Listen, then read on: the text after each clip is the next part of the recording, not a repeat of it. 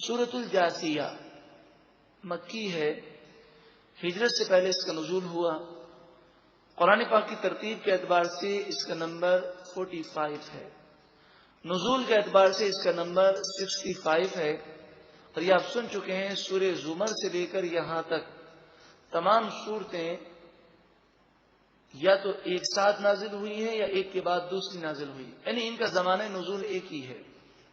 جاثیہ کے معنی ہوتے ہیں گھٹنے کے بل گر پڑنا، خوف کے مارے کھڑا نہ ہو سکے اور گھٹنے رکھ کر وہ ہاتھ جوڑ کر کانپ رہا ہو، اسے جاثیہ کہتے ہیں۔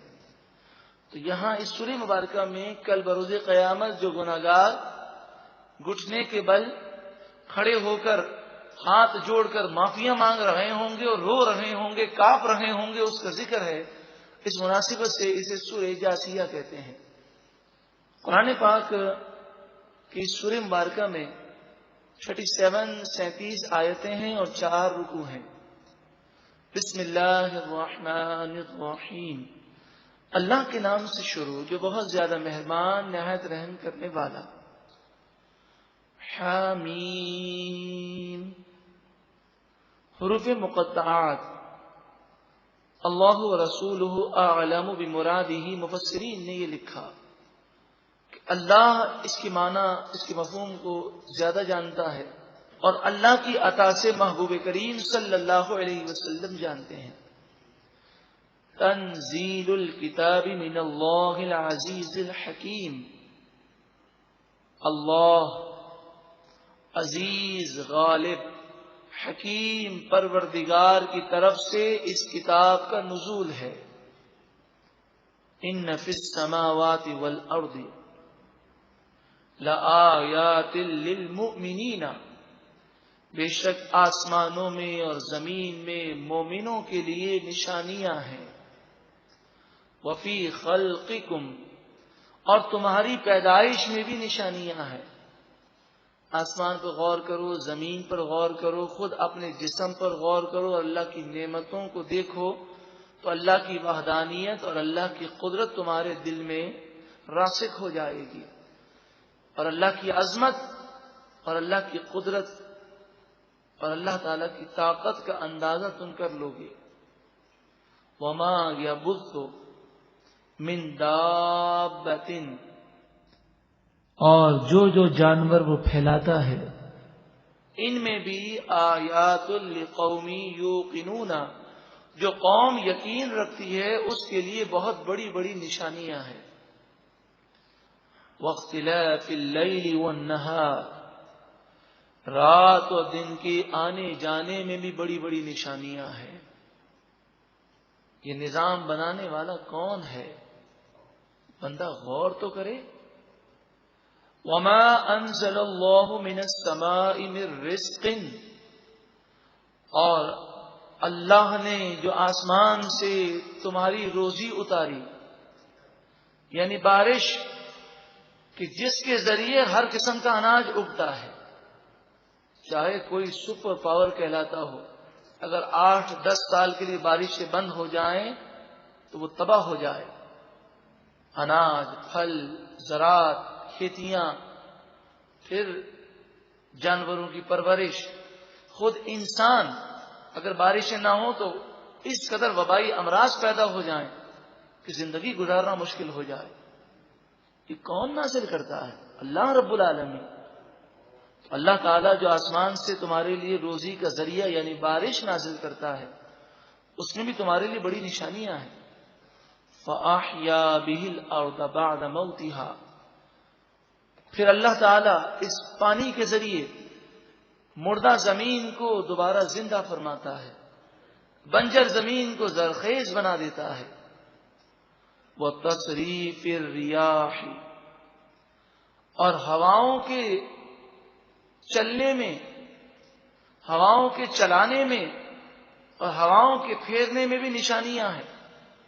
کبھی ہوا سرد ہے تو کبھی گرم ہے، کبھی تیز ہے تو کبھی آہستہ ہے، کبھی دائیں طرف سے چل رہی ہے تو کبھی بائیں طرف سے، کبھی آگے سے تو کبھی پیچھے سے، اور بسا اوقات تو ہوا اس قدر تیز ہوتی ہے جسے آندھی کہتے ہیں۔ کہ وہ بڑی بڑی عمارتوں کو گرا دیتی ہے. اس میں بھی اللہ کی نشانیاں ہیں. اور اس طور پر بھی نشانیاں ہیں کہ دیکھو تم کتنے بھی طاقتور ہو جاؤ، نہ تمہارا ہوا پہ کنٹرول ہے، نہ بادلوں پر کنٹرول ہے، نہ بارش پر کنٹرول ہے، نہ رات اور دن کے آنے جانے میں کنٹرول ہے، اور نہ ہی تمہاری خود اپنی زندگی پہ تمہیں کنٹرول ہے. چاہے کتنی ہی احتیاط اختیار کرو، جو وقت تمہارا مقرر ہے اس وقت کو تمہیں دنیا سے ضرور جانا ہے. جب تم اتنے بے بس ہو اور رب العالمین کی قدرت کو تم سمجھ گئے تو پھر اسی کی عبادت کرو، اسی کا کہنا مانو. جب اس کی بارگاہ میں جھک جاؤ گے اور وہ راضی ہو جائے گا تو دونوں جہاں کی کامیابی نصیب ہو جائے گی. آیات لقوم یعقلون، تمام باتیں نشانیاں ہیں اس قوم کے لیے جو عقل رکھتی ہے. تلک آیات اللہ، یہ اللہ کی آیتیں ہیں. نتلوہا علیک بالحق، یہ آیتیں ہم آپ پر حق کے ساتھ پڑھتے ہیں. قرآن کا نزول ہو رہا ہے. فبأی حدیث بعد اللہ وآیاتہ یؤمنون، اللہ کی قدرت دیکھنے کے بعد اور اللہ کی آیتیں سمجھنے کے بعد بھی اگر وہ ایمان نہیں لاتے تو کون سی ایسی بات ہے جس پر وہ ایمان لائیں گے؟ اتنا سب کچھ سمجھنے کے باوجود کوئی ایمان نہ لائے تو انتہائی محروم ہے. وَيْلٌ لِكُلِّ أَفَّاكٍ أَثِيمٍ، ویل ہے، بربادی ہے ہر اس شخص کے لیے جو بہتان باندھنے والا گنہگار ہے. ویل جہنم کی اس وادی کو کہتے ہیں کہ خود جہنم اس کی سختی سے پناہ مانگتی ہے. افاق جھوٹا الزام لگانے والا، اثیم گنہگار.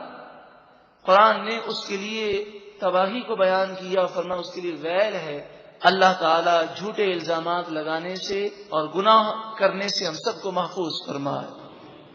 یسمع آیات اللہ، یہ جھوٹا الزام لگانے والا گنہگار اللہ کی آیتوں کو سنتا ہے. تتلا علیہ، یہ آیتیں اس پر پڑھی جاتی ہیں. ثم یصر، پھر وہ ضدی بن جاتا ہے، ضد کرتا ہے، ہٹ دھرمی کرتا ہے. مستکبرن، غرور و تکبر کرنے کی وجہ سے. کألم یسمعھا، گویا کہ اس نے سنا ہی نہیں ہے. اب آپ دیکھیں کئی ایسے گناہگار ہیں، جھوٹے الزام لگانے والے ہیں، غیبتیں کرنے والے ہیں، نمازیں چھوڑنے والے ہیں، ڈاکو ہیں، چور ہیں، ظالم ہیں. آپ ان کے سامنے جا کر قرآن کی جتنی آیتیں سنا دیں، موت، قبر اور جہنم کے عذابات کو جتنا سنا دیں، وہ اول تو سننے کو تیار نہیں، اگر سنتے ہیں تو ان پر کوئی اثر نہیں ہوتا. اس کی ایک بہت بڑی وجہ ہے ضد اور تکبر. جب انسان کے ذہن میں اور دل میں ضد پیدا ہو جائے اور تکبر آ جائے تو وہ اندھا ہو جاتا ہے اور پھر اس کا دل ایسا مردہ ہو جاتا ہے کہ نصیحت اس پر اثر نہیں کرتی. فبشرہ بعذاب علیم، بس آپ انہیں دردناک عذاب کی خوشخبری سنا دیں. اب خوشخبری تو اچھی چیز کی ہوتی ہے، کیا فرمایا؟ دردناک عذاب کی خوشخبری سنا دیں. یہ در حقیقت انہیں ذلیل و رسوا کرنے کے لیے فرمایا گیا کہ دنیا میں مزے کر لو، پھر اس کے بعد تمہارے لیے دردناک عذاب ہے. وَإِذَا عَلِمَ مِنْ آيَاتِنَا شَيْئًا، اور جب ہماری آیتوں میں سے کسی چیز کو وہ جانتے ہیں، کوئی آیت انہیں بتائی جاتی ہے، اس کا علم انہیں ملتا ہے. وَإِذَا عَلِمَ مِنْ آيَاتِنَا شَيْئًا اتَّخَذَهَا هُزُوًا، تو وہ اس آیت کا مذاق اڑاتے ہیں. آج بھی ایسے لوگ ہیں جو بظاہر ہیں مسلمان، لیکن ان کے سامنے جا کر اب نصیحت تو کریں، نعوذ باللہ من ذالک کفریات بکنا شروع کر دیتے ہیں، جہنم کا مذاق اڑاتے ہیں. ایسے بھی لوگ ہیں کہ ان کو اگر آپ قرآن کی دعوت دیں، نعوذ باللہ من ذالک، تو وہ کہیں گے کہ اچھا یہ بتاؤ کہ تم جہاں کی ہمیں دعوت دے رہے ہو، میں تمہارے ساتھ آنے کو اگر تیار ہو جاؤں تو جہاں کی میں دعوت دوں گا تم میرے ساتھ چلو گے؟ آدمی کہے کہ یہ بڑی عجیب و غریب بات ہے، ہم قرآن کی دعوت دیتے ہیں، آپ کہاں کی دعوت دیں گے؟ تو کہیں گے پہلے آپ وعدہ کرو۔ اس طرح کا مذاق، یعنی زبان کے ٹیسٹ کے لیے اور جو نصیحت ہے اس کو اڑانے کے لیے۔ اچھا بھائی تم مجھے کہاں لے جاؤ گے؟ میں تمہیں جہنم میں لے جاؤں گا، نعوذ باللہ من ذالک، تو چلو گے میرے ساتھ؟ یعنی گویا کہ کوئی قرآن کی دعوت دے رہا ہے، وہ مذاق اڑا رہا ہے۔ جس کے دل میں قرآن کی محبت ہو وہ ایسی بات نہیں کر سکتا۔ تو آپ کو یہ بات سن کر حیرت ہوتی ہوگی، کیسے بھی نادان لوگ ہیں، لیکن افسوس کا مقام یہ ہے کہ ایسے نادان لوگ ہیں، ان کو نصیحت کرتے ہوئے بڑا حوصلہ چاہیے۔ وہ شریعت کا مذاق اڑاتے ہیں۔ ان سے کہیں دیکھیں آپ نماز نہیں پڑھتے جہنم میں جائیں گے۔ جہنم کی وادیاں اس قدر سخت ہیں، اللہ تعالیٰ غفور الرحیم ہے، مگر ڈرنا چاہیے کہ جہنم میں آپ نہ چلے جائیں۔ تو کہتے ہیں نعوذ باللہ من ذالک، ارے جنت میں جا کے کیا کریں گے؟ تمہارے جیسے سارے صوفی جنت میں ہوں گے، جہنم میں جائیں گے وہاں بڑے مزیدار لوگ ہوں گے، نعوذ باللہ من ذالک۔ تو یہ کفر ہے کہ جہنم کے عذاب کو ہلکا سمجھنا ہے۔ توبہ استغفر اللہ۔ اگر آج تک آپ میں سے کسی نے ایسی بات کی ہو تو توبہ کریں اور تجدید ایمان کریں کہ اس سے ایمان برباد ہو جاتا ہے، ناقابل تلافی نقصان۔ یہ کیسٹ ضرور سماعت کریں۔ اللہ تعالی ہم سب کے ایمان کی حفاظت فرمائے۔ میرے ساتھ مل کر تجدید ایمان کر لیں۔ کیا معلوم غلطی میں بسا اوقات انسان شریعت کا مذاق اڑا لیتا ہے، علم نہ ہونے کی وجہ سے بھی ایسا ہو جاتا ہے۔ حضور کی سنت کا مذاق اڑانا بھی کفر ہے۔ کبھی کبھی لوگ سنتوں کا مذاق اڑا لیتے ہیں۔ توبہ استغفر اللہ۔ بسم اللہ الرحمن الرحیم۔ یا اللہ، اگر مجھ سے کوئی کلمہ کفر زبان سے نکل گیا ہو یا کسی اور طریقے سے کفر ہو گیا ہو، میں اس سے بیزار ہوں، توبہ کرتا ہوں، لا الہ الا اللہ محمد رسول اللہ صلی اللہ علیہ وسلم۔ اب دیکھیں تجدید ایمان میں ہم نے دو باتیں کہیں، ایک تو کلمہ کفر زبان سے نکل گیا، اور ایک دوسری چیز ہے زبان سے کلمہ کفر نہیں نکلا پھر بھی انسان کافر ہو جائے۔ مثلا گلے میں سلیب پہن لے تو سلیب یہ عیسائیوں کا مخصوص نشان ہے، پہنتے ہی مسلمان کافر ہو جائے گا۔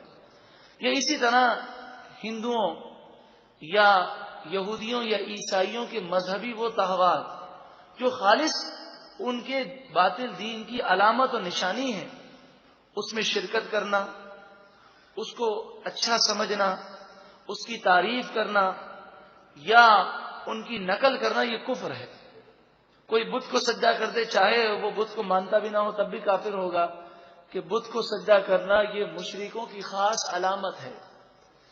اللہ تبارک و تعالی ہر قسم کے کفر سے ہمیں محفوظ فرمائے۔ اولئک لہم عذاب مہین، ان لوگوں کے لیے ذلیل کرنے والا عذاب ہے۔ من ورائہم جہنم، اور ان کے پیچھے جہنم ہے۔ یعنی دنیا میں بھی یہ ذلیل و رسوا ہوں گے، مرنے کے بعد بھی ذلیل و رسوا ہوں گے، کل بروز قیامت بھی ذلیل و رسوا ہوں گے، اور پھر جہنم میں جائیں گے۔ ولا یغنی عنہم ما کسبوا شیئا، اور جو کچھ انہوں نے مال کمایا، جو عہدہ منصب جو کچھ بھی، ما کسبوا شیئا، جو کچھ بھی کمایا وہ انہیں کچھ بھی کام نہیں آئے گا، اللہ کے عذاب سے انہیں نہیں بچا سکے گا۔ وَلَا مَتَّخَذُوا مِن دُونِ اللَّهِ أَوْلِيَاءَ، اور اللہ کے مقابلے میں جو انہوں نے دوست بنائے، یہ دوست بھی ان کے کام نہیں آئیں گے، کہ دوستوں کی خاطر اللہ کو ناراض کیا تو یہ دوست اللہ کے غضب سے نہیں بچا سکیں گے۔ وَلَهُمْ عذاب عظیم، ان کے لیے بڑا عذاب ہے. ھذا ھدی، یہ ہدایت ہے، یہ ہدایت کی باتیں ہیں. اے پروردگار ہمارے دلوں میں ہدایت کی باتوں کو مضبوط کر دے. والذین کفروا بآیات ربہم، اور وہ لوگ جنہوں نے کفر کیا، انکار کیا اپنے رب کی آیتوں کا، لہم عذاب من رجز علیم، ان کے لیے دردناک عذاب ہے، شدید عذاب ہے. اللہ کی آیتوں کا انکار کرنا.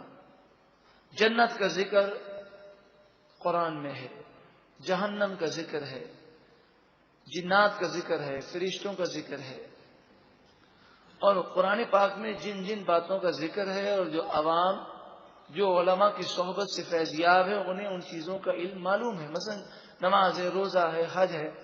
ان میں سے کسی چیز کا انکار کرنا یہ بھی کفر ہے، کسی چیز کا مذاق کرنا یہ بھی کفر ہے. یہاں تک کہ اگر کوئی فرشتے کا مذاق اڑائے تو یہ بھی کفر ہے. اخباری جو کالم نگار ہوتے ہیں، اللہ تعالیٰ انہیں ہدایت عطا فرمائے. بعض کالم نگار علم دین سے بالکل اس قدر دور ہوتے ہیں کہ ان کے کالمز میں کفریات ہوتے ہیں. ایک کالم نگار نے ایک شعر لکھا اور نعوذ باللہ من ذالک اس شعر میں کیا مفہوم بیان کیا.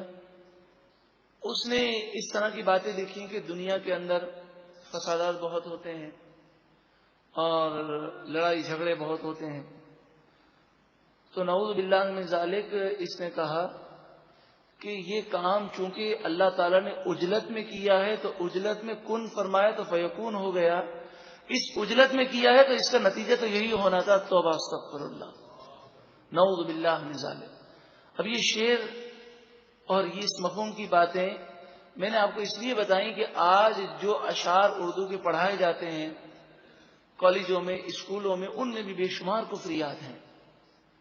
اور ایسی باتیں یہ زیادہ پڑھے لکھے لوگ جو دین سے دور ہیں، صرف دنیاوی تعلیم ہے اور دین کی تعلیم بالکل نہیں ہے، تو وہ اپنے کالم میں لذت پیدا کرنے کے لیے ایسی بکواسات لکھ دیتے ہیں.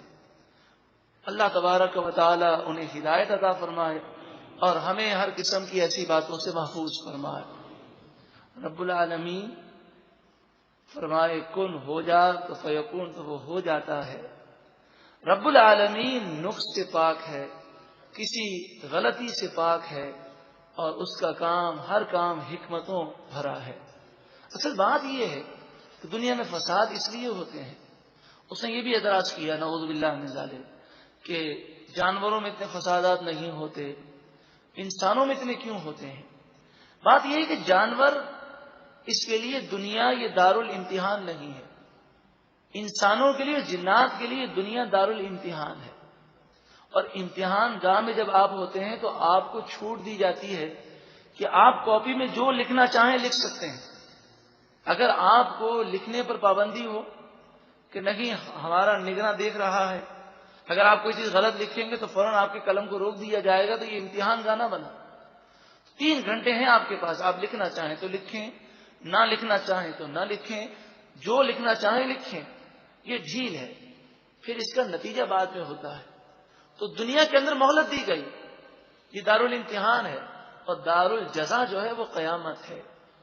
اگر یہاں پر لوگوں کو مجبور کر دیا جاتا کہ وہ فساد نہ کر سکیں، وہ گناہ نہ کر سکیں، تو پھر یہ دارالامتحان نہ بنتا. اللہ تبارک و تعالی ہمیں عقل سلیم عطا فرمائے. اگر اللہ تعالی کے کاموں کی حکمت بالفرض انسان کے ذہن میں نہ آئے تو اس کی اپنی عقل کا قصور ہے، ہماری عقلیں ناقص ہیں. رب العالمین تمام مسلمانوں کے ایمان کی حفاظت فرمائے.